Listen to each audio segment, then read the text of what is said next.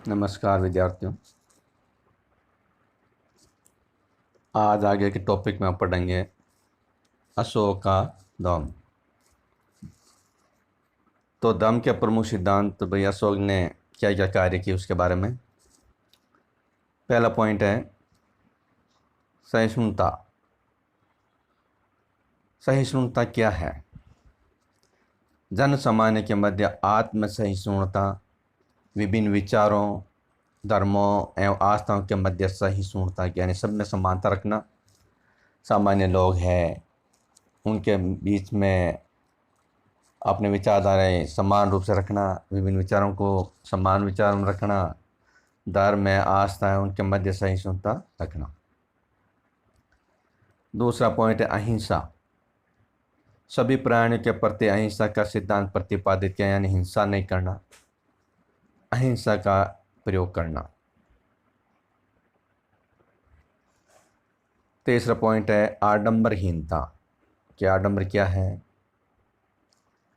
धर्मानुष्ठान तथा बलि चढ़ाने का अर्थ ही इनका है कि भाई ये फालतू के गलत काम है, आडंबर है। धर्मानुष्ठान करना, धर्म का अनुष्ठान करते हैं तो बलि चढ़ाने का जो काम है ये बेकार है, गलत है, अर्थहीन है, कोई मतलब नहीं है, तो बलि नहीं चढ़ाना चाहिए। ये एक प्रकार का आडंबर है, इस प्रकार का उन्होंने अर्थहीन कहा है। लोक कल्याण। लोक कल्याण का मतलब जनता का कल्याण, जनता के हित के लिए कार्य करना। तो ये तो भाई 5वीं क्लास से भी क्वेश्चन आता है कि भाई अशोक ने धार्मिक कार्य या धम्म के सिद्धांत यानी अशोक जन कल्याण हेतु कौन कौन से कार्य किए उन कार्य उल्लेख करें। तो लोक कल्याण में वृक्षारोपण यानी जगह जगह पर पेड़ पौधे लगाना, सड़क के किनारे पेड़ पौधे लगाना, सार्वजनिक स्थान पेड़ पौधे लगाना यानी वृक्षारोपण करना, अधिक से अधिक कुओं का आदि निर्माण करना एवं सरायों आदि का निर्माण करना। तो ये लोक कल्याण संबंधी कार्य जो अशोक ने समय समय अनुसार ये कार्य किए। आगे टॉपिक है इसके साथ में श्रेष्ठ है पवित्र नैतिकता। श्रेष्ठ नैतिक पवित्र आचरण सदाचार एवं सत्यवादिता पर बल दिया है यानी कि अच्छा नेचर होना चाहिए, पवित्र आचरण होना चाहिए, सदाचार एवं सत्यवादिता पर बल दिया कि सत्य के साथ चलना चाहिए, इस प्रकार से उन्होंने उल्लेख किया है। विभिन्न वर्गों, जातियों और संस्कृतियों को एक सूत्र में बांधने तथा अपनी प्रजा को नैतिक उत्थान के लिए अशोक ने जिन आचरण संहिता प्रस्तुत की उस अभिलेखों में धम्म कहा गया। अब प्रश्न यहाँ पे आता है कि धम्म से आप क्या समझते हैं? ये बोर्ड के एग्जाम में प्रश्न आता है, क्या बात है, इसमें ध्यान रखें। इसका उत्तर यहाँ से बनता है विभिन्न वर्गों, जातियों और संस्कृतियों को एक सूत्र में बांधने तथा अपनी प्रजा की नैतिक उत्थान के लिए अशोक ने जिन आचार और संहिता की प्रस्तुति की अभिलेखों में उसे धमका गया यानी समानता का आचरण करना, चाहे विभिन्न वर्गों, चाहे विभिन्न जातियां हो, चाहे विभिन्न संस्कृतियां हो। धम्म के सिद्धांत पर धार्मिक संप्रदाय से संबंध रखने वाले लोगों के लिए स्वीकार्य थे यानी धम्म के जो सिद्धांत वो धार्मिक संप्रदाय का संबंध रखना लोग स्वीकार यानी ये बात स्वीकार थी। अशोक के अभिलेखों में उसे व्यापक नीति में अर्थात धम्म का उल्लेख किया गया यानी उसकी व्यापक नीति में अशोक के अभिलेखों से धम्म के नाम से जाना गया। जो सामान्य व्यवहार को नए ढांचे में डालने के लिए आवश्यक है कि एक सामान्य व्यवहार को नए ढांचे में डालने के लिए इस उल्लेख का होना अति आवश्यक था अर्थात माना गया। धम्म के बुनियादी सिद्धांतों में अशोक ने सर्वाधिक बल दिया यानी बुनियादी सिद्धांत हो ताकि सभी लंबे समय तक चलता रहे, जो भी नए जो जनरेशन आए उनके लिए उन सिद्धांतों के लिए अत्यधिक महत्वपूर्ण माना गया था। सर्वाधिक बल सहिष्णुता पर दिया, समानता का दिया। प्रथम स्वयं व्यक्तियों की सहिष्णुता, द्वितीय विभिन्न विचारों, विश्वासों, धर्मों तथा भाषाओं में सहिष्णुता। भाषा है तो सहिष्णुता होनी चाहिए, धर्म है, विश्वास है, विभिन्न प्रकार के विचारों में हर प्रकार में उन्होंने समानता का दर्जा देकर के सहिष्णुता की भावना रखी। इसे अशोक ने 7, 11 व 12 शिलालेख में व दूसरे लघु शिलालेख में उल्लेखित किया। अब यहाँ पे बहुत महत्वपूर्ण क्योंकि ये जो शिलालेख हैं उनके प्रश्न पूछे जाते हैं कि भाई अशोक के जो 7, 11 और 12 शिलालेख में किसका उल्लेख मिलता है। तथा दूसरे लघु शिलालेख में किसका उल्लेख मिलता है? तो इसमें मिलता है दम तथा सहिष्णुता का उल्लेख मिलता है, जिसमें विभिन्न विचारों, विश्वासों, धर्मों, भाषाओं का उल्लेख मिलता है। तो ये ध्यान रखें कि भाई सहिष्णुता के बारे में अशोक के कौन से शिलालेख में उल्लेख मिलता है?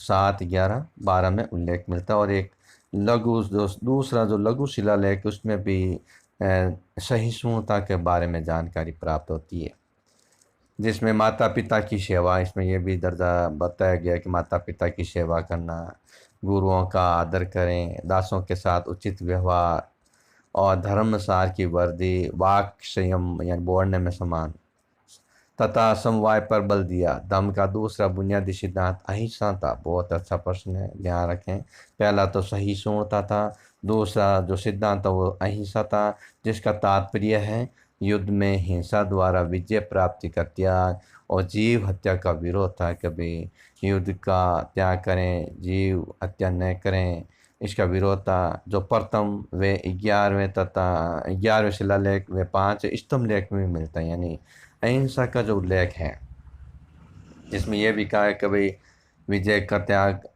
प्राप्ति का त्याग करें, जीव हत्या का विरोध करें, इसका जो उल्लेख है हमें वो मिलता है आपके जो प्रथम व 11वें शिलालेख व 5वें स्तंभ लेख में मिलता है। जीव हत्या का तो उल्लेख जो है हमें मिलता है आपके प्रथम अभिलेख में, प्रथम शिलालेख में मिलता है, और 11वें शिलालेख में 5 स्तंभ लेख में भी उनका उल्लेख मिलता है।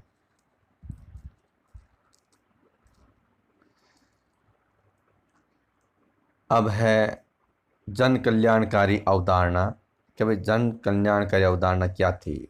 जन कल्याणकारी अवधारणा आने का मतलब है ऐसे कार्य जो जनता के हित के लिए कार्य किए गए, उसे हम जन कल्याणकारी अवधारणा के नाम से जानते हैं। तो धम्म नीति में ऐसे कार्य भी शामिल थे जो आम नागरिकों के कल्याण से संबंधित हैं, जो सामान्य जो लोग थे, नागरिक थे, उनके कल्याण से संबंधित थे। जो 7वें स्तंभ ले, अब यहाँ पे भी ध्यान रखें आप कि जन कल्याणकारी अवधारणा का उल्लेख किस में मिलता है? 7वें स्तंभ ले वे दूसरे शिलालेख में मिलते हैं, वो भी लिखित हैं, अच्छी तरह से मिलता है कि भाई अशोक ने जन कल्याणकारी कार्य किया। तो जनता के हित के लिए जो कार्य किए, नागरिक कल्याण संबंधित थे, उसका उल्लेख किस में मिलता है? तो 7वें स्तंभ लेख व दूसरे शिलालेख में उसका उल्लेख मिलता है, जिसमें वृक्षारोपण के भाई जन कल्याणकारी कार्य कौन कौन से हैं, या जन कल्याणकारी संबंधी कौन कौन से कार्य आते हैं? तो वृक्षारोपण, सरायों का निर्माण करना, सड़कें निर्माण करना, सिंचाई की व्यवस्था करवाना, कुओं का निर्माण करना आदि की व्यवस्था थी। अशोक ने 9वें शिलालेख में अंधविश्वासों के फलस्वरूप जो निरर्थक अनुष्ठान यानी बेकार के जो अनुष्ठान, जो किसी का कोई मतलब ही नहीं, जिसका कोई अर्थ नहीं है, उस प्रकार के अनुष्ठान यज्ञ होते थे, ऐसे बाह्य आडंबरों की निंदा की, जिसका उल्लेख हमें 9वें शिलालेख में मिलता है।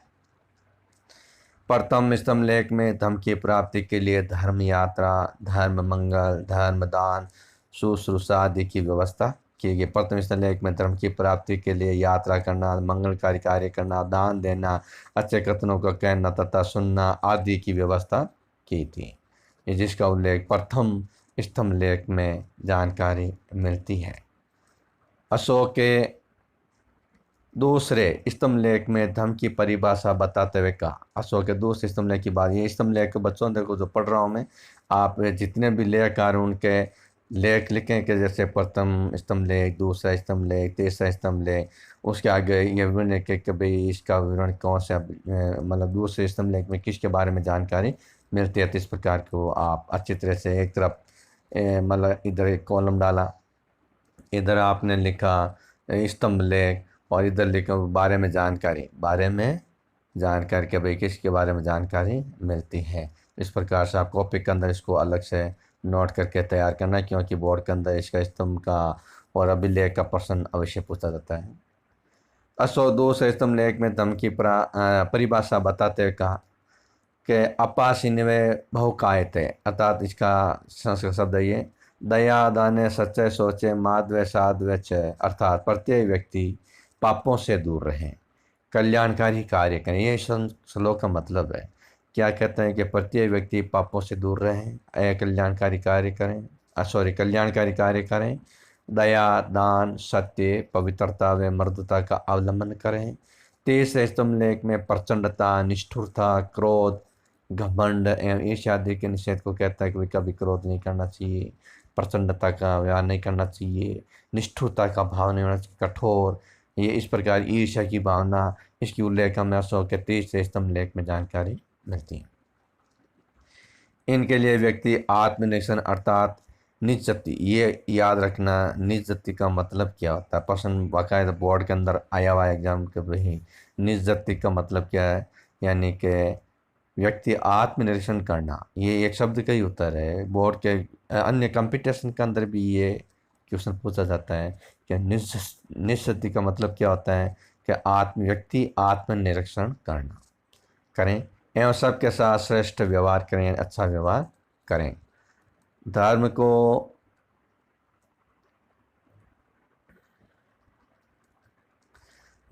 प्लेट ने राजधर्म, राधा कुमन मुखर्जी ने सार्वभौम धर्म। अब देखो धर्म का यहाँ पे बताया, धर्म को प्लेट ने क्या बताया कि राजधर्म, राधा कुमन मुखर्जी ने बताया सार्वभौम धर्म एवं भंडारकार ने उपासक बौद्ध धर्म का। यद्यपि अशोक का व्यक्तिगत धर्म बौद्ध था। यहाँ पे ध्यान रखें, प्रश्न आता है 1 नंबर का कि अशोक का व्यक्तिगत धर्म क्या था, तो अशोक का व्यक्तिगत धर्म जो था वो था आपके बौद्ध। महावंश व दीपवंश के अनुसार, महावंश व दीपवंश के अनुसार अशोक ने मोगलीपुत्तिस की अध्यक्षता में तथ्य बौद्ध संगति सभा बुलाई और मोगलीपुत्तिस की सहायता से संघ व एकता अनुशासन लाने का प्रयास किया। यहाँ पे बहुत इंपॉर्टेंट प्रश्न बनते हैं। आप वीडियो देखने के बाद जो भी क्वेश्चन बनाए आप उसमें से सोच समझ करके बनाए। तो संघ में एकता और अनुशासन लाने का उन्होंने भरसक प्रयास किया था। इससे इसके बौद्ध होने की पुष्टि होती है, जिसमें ये बौद्ध संगति का आयोजन किया।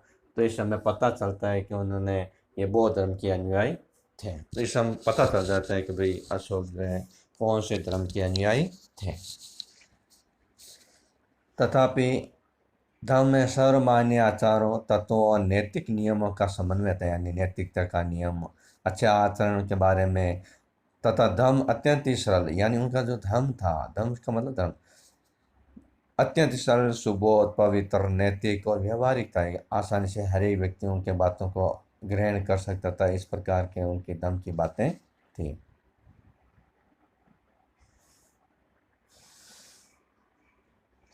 उसका धर्म सब मंगलकारी था, जिसका उद्देश्य प्राणी मात्र का उद्धार करना। उनका तो बस यही था कि सबका कल्याणकारी कार्य हो, सबके लिए मंगल हो, और उनका उद्देश्य यही था कि भाई प्राणी मात्र का उद्धार हो, यानी जो भी प्राणी हो उनके लिए उद्धार हो। इस प्रकार की उनकी कामनाएं थी। अब धर्म की नीति की क्रियान्विति। अशोक ने धर्म के प्रतिपादन हेतु व्यावहारिक उपाय की हेतु अशोक ने न केवल की नीति का परित्याग किया, अपितु आम जन के दुख दर्द एवं उनकी आवश्यकताओं को समझा। उसने नौकरशाहों को तत्काल न्याय देने तथा लोकहित के कार्य करने हेतु पाबंद किया, यानी लोकहित के लिए कार्य किया। नौकरशाह तत्काल न्याय देने की, जो नौकरशाह है उनको तत्काल न्याय देने की, और लोकहित यानी जनता हित के कार्य हेतु पाबंद किया। इस प्रकार उन्होंने नीति क्रियान्वित की थी। अशोक ने सार्वजनिक हित के कार्य, पथ परिवहन, यथ यथ ये नहीं है, पथ परिवहन, सिंचाई, कुओं, सरायों आदि का निर्माण कराया। इन समस्त सार्वजनिक हित के कार्य उद्देश्य धर्म को स्वीकार करना। इनका मुख्य उद्देश्य था कि जो धर्म है अशोक ने जो लागू किए वो लोग उन सबको स्वीकार करें।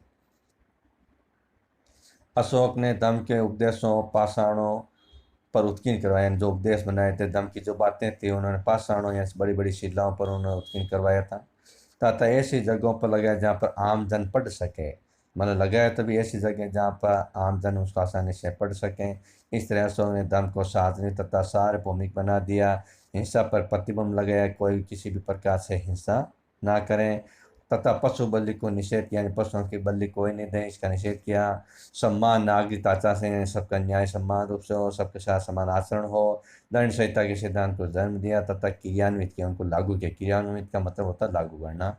जगह जगह धर्म आयोग भेजे, यानी धर्म आयोग भेजे का मतलब है धर्म मात्र को भेजा, नियुक्त किया कि भाई आप जाकर के उन उद्देश्यों के बारे में लोगों को जागरूक करें। विदेशों में भी धर्म प्रचार किया, धर्म मात्र की नियुक्ति की, यानी धर्म का उपदेश देने के लिए उनको लोगों की नियुक्ति की ताकि वो वहाँ पे जाएं, उनके बारे में उनको बताएं। दम्मा मात्र नियुक्त किया, उनके दायित्वों का प्रतिपादन किया। तो ये इसी प्रकार से थी उनकी धम्म की क्रियान्विति। अब आगे है धम्म की नीति का मूल्यांकन कि उनका मूल्यांकन क्या था, उनका वास्तविकता क्या परिणाम निकले। यद्यपि धम्म के मूल सिद्धांत सहिष्णुता, अहिंसा, सदाचार थे। ये तो आप विशेष तौर से ध्यान रखना है, क्योंकि एक नंबर का छोटा प्रश्न ये भी पूछा जाता है कि धम्म के मूल सिद्धांत क्या बताइए। तो सहिष्णुता, अहिंसा एवं सदाचार, जो कि भारतीय संस्कृति प्रारंभ से मूल तत्व रहे हैं, भारतीय संस्कृति के मूल तत्व हैं, तथा वर्तमान में इनका महत्व अभी भी उनका महत्व चलता है। भाई अहिंसा का पालन करना चाहिए, सदाचार का आचरण करना चाहिए, सहिष्णुता के समान विचार भाव रखना चाहिए, किसी के प्रकार से कोई भेदभाव नहीं करना चाहिए। अशोक के बाद सभी शासकों ने इन सिद्धांतों को स्वीकार किया, तथापि समग्र रूप से ये नीति अशोक के पश्चात फलीभूत नहीं हो सकी। यानी ये लागू था, लेकिन जितना अशोक ने कार्य किए उतना उनके बाद में ये ज़्यादा फला नहीं आता, फलीभूत नहीं हो सकी। इसके अनेक कारण थे, कुछ कारण थे जिसके कारण से फलीभूत नहीं हुई। धम्म के नीतियों का अशोक के उत्तराधिकारी उसी रूप में क्रियान्वित नहीं कर सके। धम्म दुर्बल शासकों, राजनीति, अनिश्चित तथा सीमाओं की सुरक्षा का फलीभूत नहीं हो सके। यानी राजनीति व्यवस्था नहीं थी, या दुर्बल शासक होने के कारण, या अकुशल शासक होने के कारण ये फलीभूत नहीं हो सका। राजनीति अनिश्चितता रही, सीमाओं की सुरक्षा के कारण फलीभूत नहीं हो सका, क्योंकि धम्म की नीति क्रिया शांति काल में संभव। अगर ये नीति क्रिया तभी होती है जब तक शांति अगर नहीं होगी तो ये सफल नहीं हो सकता। जब राष्ट्र में आंतरिक व बाहरी रूप में युद्धों पूर्णतः से मुक्त रहे, परवर्ती अशोक की दूरदर्शी नहीं समझ, यानी बाद वाले जो शासक है अशोक की दूरदर्शिता को नहीं समझ पाए थे। धम्मा मात्र अपने असीमित अधिकारों द्वारा जनता के कार्यों में वांछनीय हस्तक्षेप करने लगे। यानी जो मात्र नियुक्त किए गए उनके पास असीमित अधिकार होने के कारण जनता के कार्यों उन्होंने अवांछनीय हस्तक्षेप करने लगे, उनके साथ थोड़ा अच्छा व्यवहार नहीं किया, बुरा व्यवहार करना प्रारंभ कर दिया।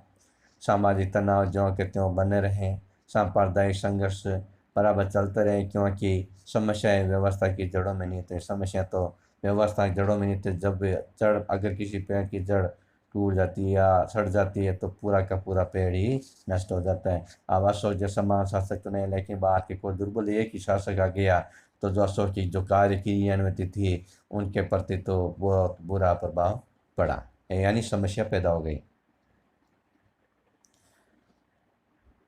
उपयुक्त कारणों से धम्म की नीति फलीभूत नहीं हो सकी। यानी यही कारण ऐसे हैं जिसे हम कह सकते हैं कि धम्म की नीति फलीभूत नहीं हो सकी। तथापि अशोक सराहना का पात्र है, यानी अशोक ने बहुत अच्छा कार्य किया। उसने एक पद प्रदर्शन सिद्धांत आवश्यकता महसूस करते धम्म की नीति का प्रतिपादन किया, जो वर्तमान में भी प्रासंगिक है। यानी आज भी लोग उनके बताए हुए मार्गों पर चलते हैं और उनका अनुसरण करते हैं। तो बच्चों, आज हम यहाँ तक पढ़ेंगे, कल हम वीडियो बनाएंगे मौर्य प्रशासन के, यानी मौर्य प्रशासन की व्यवस्था कैसे थी, संपूर्ण अधिकार किसका होता था, किस प्रकार से न्याय संचालन होता है, उसके बारे में कल जानकारी लेंगे।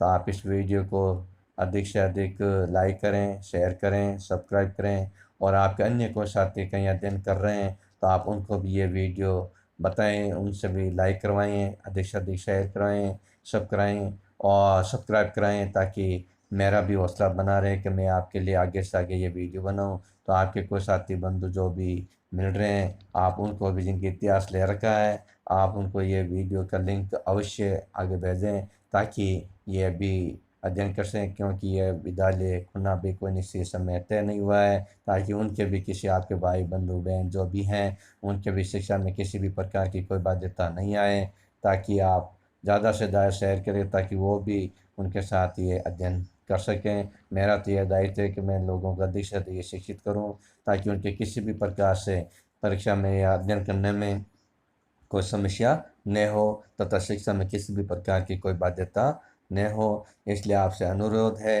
कि आप इस वीडियो को जो लिंक है वो आपको मिलने वाले जो भाई बंधु हैं उन सब के साथ शेयर करें, और उनसे भी आप अधिक से अधिक आप सब्सक्राइब कराएं। धन्यवाद।